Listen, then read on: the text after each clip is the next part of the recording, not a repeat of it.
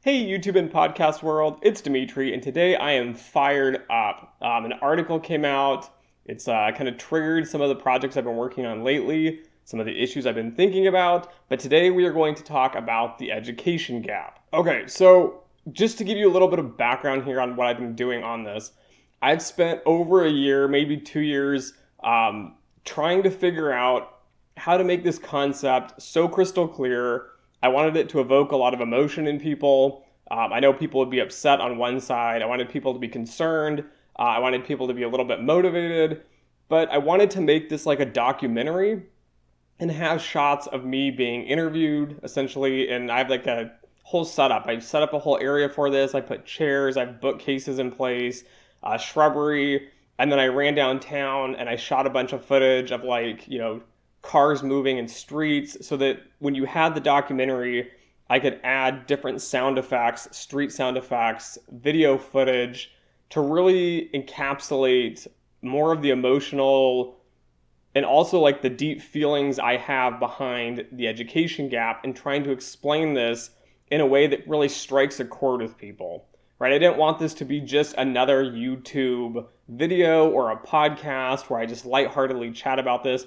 I wanted this to really evoke a lot of emotion and people to take this seriously because most people I don't think really take it seriously. And so let's just dive on in here to what this is and what the problems are and why I'm shooting this morning specifically.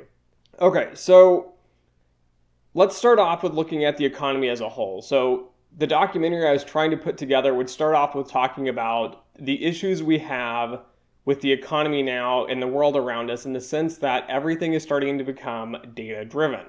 So I don't think a lot of people, a lot of lay people at least don't understand this, right? You understand somewhat like your phone has data on you and it knows where you're going. And everybody knows the marketing side. It markets all these products to you like, hey, buy this awesome new, I don't know, shirt, t-shirt from this site or do this or do that. And you want to buy all these cool products. And people get that. But what people don't understand is that almost every decision, for example, in finance and banking, so something you don't think about as much, is data driven. So when you get like a flyer in the mail and that flyer says, you're pre-approved for, X amount of a credit card or a loan or a mortgage, it's because that bank has information on you. It is somewhat available online. They might pay money for it, for example, from like FICO or someone, or you might be in their customer database. So a lot of times if you are a customer of the bank, a lot of that information is available to other departments, and marketing is one of those departments. So anything from a mortgage to an auto loan to a credit card, all that information on there is used in a way to kind of target people that would be great customers, and the banks are actually trying to provide services to you. So it's actually quite beneficial. So for example, I have an auto loan and a lot of times I get ads saying, hey, check out our really low rates. We could refinance this, car loan for you, right? It's a big benefit to me if I can save money. So there are benefits of using this data. And if you go back a little further here, there's a woman, I don't even know her name off the top of my head. I believe she teaches at MIT and she talks about a lot of the concerns behind data usage and, basically using data. So like Facebook, for example, and Google use like facial recognition. So like looking at your emotions and photos and pictures and trying to extract extra information from these photos and then using them for other things that either are ethical, maybe are not ethical, or maybe lie somewhere in the middle. They're using your data for things you just don't necessarily understand. So this video is not about data usage. What this video is about is that the market and everything around us, from manufacturing to technology to banking to retail, right? All that marketing that goes into retail, for example, targeting customers, bringing customers into your brick and mortar stores, driving traffic online. Data is everywhere. The world around us is requiring more and more analytics, more data. Statistics has really taken off in a boom here as well with data science and machine learning, which data science and machine learning have been the big buzzwords here. But what's happening is that the world is shifting. The economy is shifting. The number of jobs available to do things that are non-data driven and non-technical are going to be shrinking somewhat. And the number of jobs and the demand for jobs for data and data analytics and machine learning and modeling is booming, okay? It's expanding very, very quickly. Everybody needs them. And that leads us to the main problem here, which is the education gap. Okay, so I want this to be taken away that I don't think everybody should go into machine learning, data science, all this data stuff, and everybody should go get a college degree. I'm far, far from that opinion.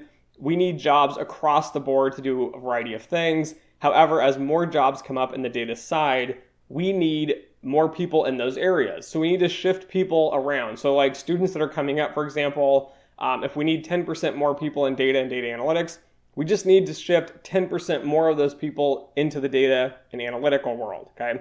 We don't need to shift everybody. We still need plumbers, electricians, mechanics, finance bankers, right? Accountants. We need people to do all these different jobs here, but we still need to look at the problem here, which is the education gap.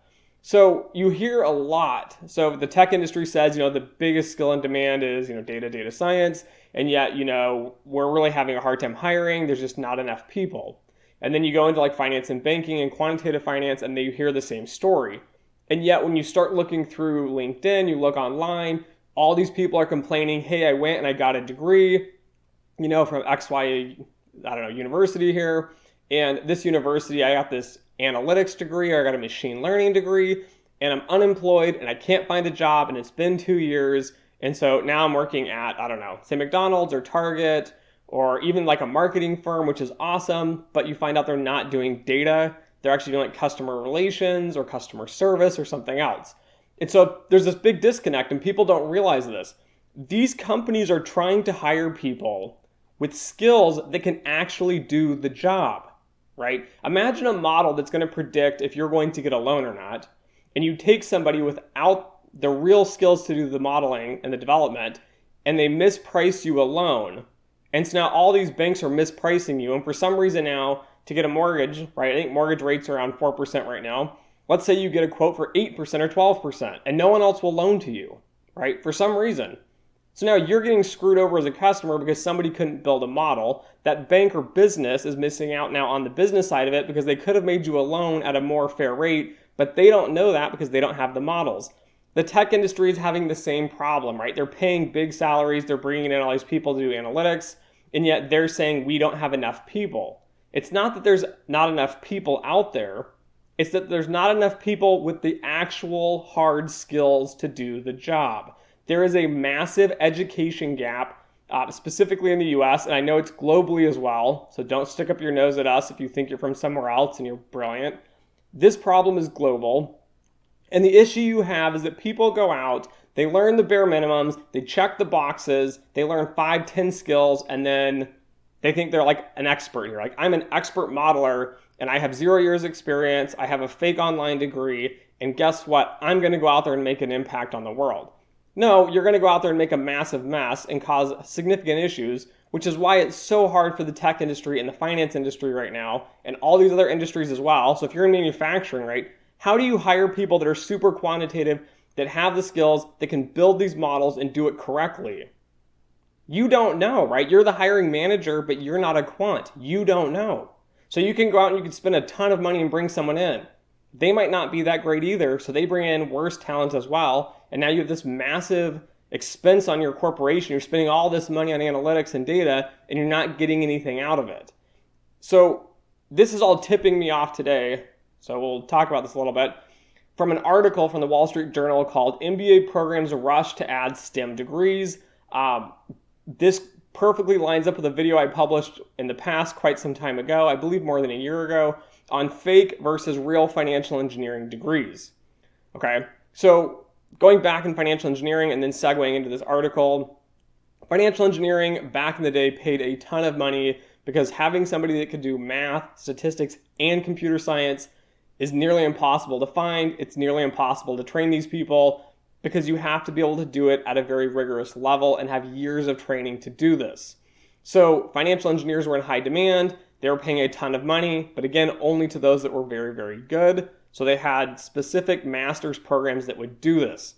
There were no PhDs. They were just masters at the time because you needed to train people on hands-on skills.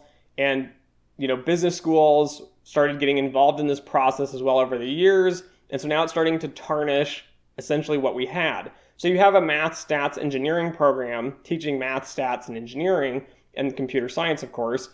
all with professors that are math, stats, and computer science professors that are teaching you 2 years worth of material for a master's. And then you have your undergrad from all those students before that in engineering, math, stats, computer science, and they have a US degree most likely, or even a foreign one. But in the US, right, you'd have 4 years of undergrad, 2 years of generals, which don't really matter, and then 2 solid years of your undergrad that are going to be driven in the basics of stats, math, computer science, okay? So now what happens is now you have 2 years of undergrad, 2 years of a master's, you have 4 solid years of education only in math, statistics, and computer science, okay? So this person is trained as possible, right? You still need more training, you still need more experience, and that's fine, but we can train you from that point in the industry as long as you are, well adapted, you like the materials, you're good at it, you enjoy it, right? Things that we're looking for in people when we do the hire. Now the issue is the MBA programs over the last 5 years, I think it's about 5 years here, they're losing applications. It's dropping to the floor, right? They had, I don't know, say 1,000, 10,000 applications, and every year they get less and less and less applications. And so now they're starting to realize, right, the MBA is not as valuable anymore, right? Everyone's needing these data science skills and these data analytics skills and quantitative finance and statistics and mathematics, right? And computer science. And so the MBA program's like, wait. How do we get application rates back up? How do we charge our students, again, over 100,000 for most of these degrees? How do we stay competitive, right? The market for these quantitative degrees are bringing in international students into the US. And this Wall Street Journal article here really points out this fake versus real program issue here. So the issue is that you go and you get an MBA, which is a skill for soft skills in business and finance and management, and learning to work with people and learning how businesses are put together, right? So it's important to understand how the accounting impacts the financials and how those financials impact, investing and decision making and how that impacts budgeting, right? It goes throughout the entire business, how marketing works. It's all extremely important as long as you're working in jobs that require those skills. But the issue is those jobs are shrinking. There's less of them. So we should be seeing less MBA applications. We should also be seeing less MBA graduates. This should be the trend that we should be seeing as people are moving into the stats departments, the math departments, computer science and engineering departments, right? We should see that shift, but MBAs are smart and they're sneaky. And what they're doing now, so in this Wall Street Journal article here, is they're running out and they're getting a STEM designation for their MBA programs. And so you might be thinking, well, this is awesome, right? These business people are very smart. They're adapting to the market. The market needs these skills. They're going to add these skills, okay? The issue that we're having in the industry, across multiple industries here, is even if you have that undergrad and that master's solidly in statistics, a lot of times those students aren't well prepared because programs aren't preparing you very well for the real world. So it's challenging. But now you take an MBA program that's been adjusted and is a STEM degree, but you're still taking finance and accounting and management, and then you add in a Python class or you add in a data analytics class, and now you're STEM designated, okay? So now I get applicants and all these people are sending them in, and the MBA program a lot of times will rename their program's name. So it'll say like financial engineering and risk management, for example, or computational finance. It's not a computational finance degree. It's not a financial engineering degree. It's not a data analytics degree. It's not a machine learning degree. It's not data science. It's none of this. It's nonsense. It's realistically an MBA class that you've tacked on a handful of classes, so now you can get the STEM designation. So let me talk about what the article points out here, which says, this is awesome. The STEM designation now attracts more international students. It increases their application rates. These students have this great advantage because they can stay in the US for an extra, 2 years, and then they can apply for jobs. Here's the problem from the hiring perspective is now you're creating a bunch of fake students. So before we had the education gap, and it's just programs aren't training students very well, and it's hard to find good employees.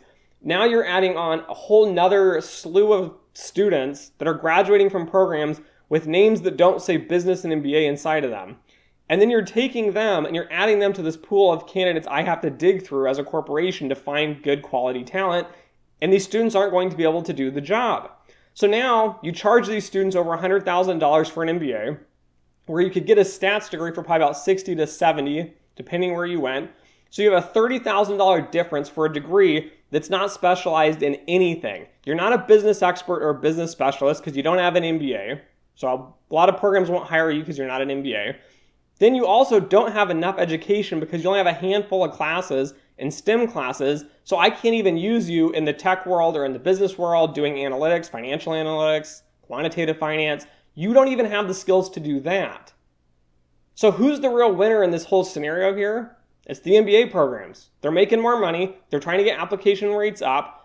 In the industry, right, we have this massive education gap. We're struggling to get people that are really, really good at what they do, that are true experts. We don't need generalists anymore. We need experts. And this even goes for the business side. If you're going to get an MBA, you're going to get a business degree, right? Focus on what you do. Be very good at it. Be an expert.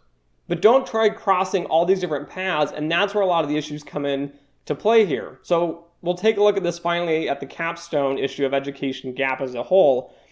When you go into the industries across different industries here, you start finding out that at companies that have 100 people in a department, you usually only have 1 to 2 people, so 1 to 2% of people that are truly qualified to do the work. So this is shocking. It's scary. It should be scary. Yes, there are departments of people that are generating models. The models aren't really optimal. They're not doing what they should be doing. There's a lot of model risks. So on the tech side, there's been a lot of ethical concerns in the way data is being used. Is it discriminating against specific people, specific groups? I even had a group reach out to me that was an independent tech think tank, and they had this vast concern. They talked to me about banking. I explained banking is a little different from tech. We're a little more isolated. We have regulations and rules in place that prevent us from using information that would be discriminatory. We actually check models for these to ensure that the models are performing correctly and we're not discriminating based on basic facts, for example, like age and race, which are things we should not be discriminating against, okay? So you look at this industry and we have this education gap, we have these problems. Again, there's no simple solution for this. One of the big solutions, which is now a positive for the MBA side, is I liked when MBAs were teaching business. They were working with banks and businesses that were doing this, and they were looping back the skills by giving a feedback loop. So, for example, let's say a university teams up with a bank. That bank hires students from that university. They get them, they work with them, they train them. They take notes and say, these are the weaknesses that we have with these students. Right? They don't have this education that we need. They relay that back to the university. The university makes changes, improves it, and relays it back to the bank. This should be done in all other industries, right? Tech firms, I believe, do some of this as well, but a lot of finance and quantitative finance have not been doing this very well. I would love to see financial engineering programs, for example, linking up. STEM, a lot of STEM programs, engineering and mathematics and stats programs. This just doesn't happen a lot of times. You don't have the contacts, you don't have the connections. A lot of your alumni aren't giving back, right? It's just a cultural thing, personality thing for a lot of these students. They just don't have that networking skill. The business side, again, teaches these networking skills. It's a huge advantage of having an MBA, an actual MBA, not a STEM designated one, not a fake one, but having a real MBA here. And so there needs to be this feedback loop as one of the solutions to help solve this, right? I see students constantly that just lack the basic skills because the programs didn't teach it, or they rushed through a ton of topics too quickly and they never got enough depth, which is why a lot of times I prefer to have someone with a undergrad and a master's in like statistics, for example, because they've spent so much time on the same topic and the same materials. They're true experts in what they're doing here. So this is one of the solutions. They need to link up banks, companies, tech firms, right, even manufacturing analytics with universities and give feedback and provide this loop to improve the programs and the academics. Now, that being said here, there's other factors at play that are extremely hard to weed out. So if you have a program, say you have 30 graduates, some graduates are going to be better cultural fits with some companies versus other ones. So teaching, interview skills, all that is one thing that can help.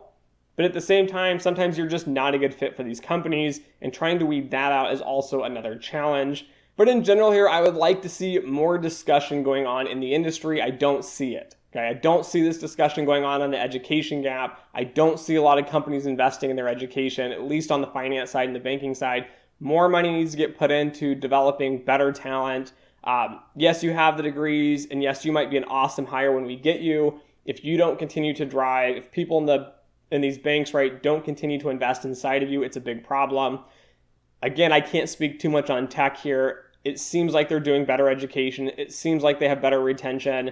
But again, how do we educate more people? How do we close that gap? I think one of the biggest ones is going to be corporate training and corporate education. Companies need to invest more money in this. Again, that feedback loop, as I mentioned with universities, is another solution here. But in general, we need to push people to be better, to be more excited, but also don't miss the boat and teach, ridiculous, super simple, dumbed down classes and then charge people a bunch of money for these classes. And then they end up unemployed because guess what? I'm not going to hire a fake degree, right? It's just a big cluster and a big problem. And there's a lot of issues here. So anyways, right, I would love to see what you guys think. What are your discussion points? What do you think are solutions for this? You might think it's awesome. Let me know in the comments. You think an MBA with one Python class or 2 Python classes and a stats class is going to be great. Again, in the industries around, we just don't see enough rigor, enough academic support here, scientific skills and abilities to really analyze problems. So it's challenging on all sides. There's no simple solution, but I just wanted to point this article out again, the Wall Street Journal article. I don't encourage you to go to these programs. I think they're complete shams. I think it's shameful. So all those MBAs out there, it is shameful that you are wasting resources and people's money on degrees where you kind of create this hybrid thing. I think this is also another indication here. So my final point, there is a war and a battle going on between, at least in the finance realm, between those with traditional finance degrees and those with quantitative degrees. The quantitative degrees are eating the business and finance side alive. Again, the finance and business sides run these corporations. They're not happy about it. They're trying to, again, hire maybe these MBAs that have mixed skills and put them into roles. These people are creating vast risks for you and your corporations. They're not adding any real value here, at least in most senses. But again, this battle is going on where you see more jobs shifting towards data, quants, statistics, mathematics, and analytics, less on business. MBA programs, if you want to be a legitimate program, provide good value to your students, focus on the skills you're good at, which is networking, people skills, understanding businesses, accounting, finance, marketing, management, those skills. So anyways, thanks for listening to me. And as always, until next time.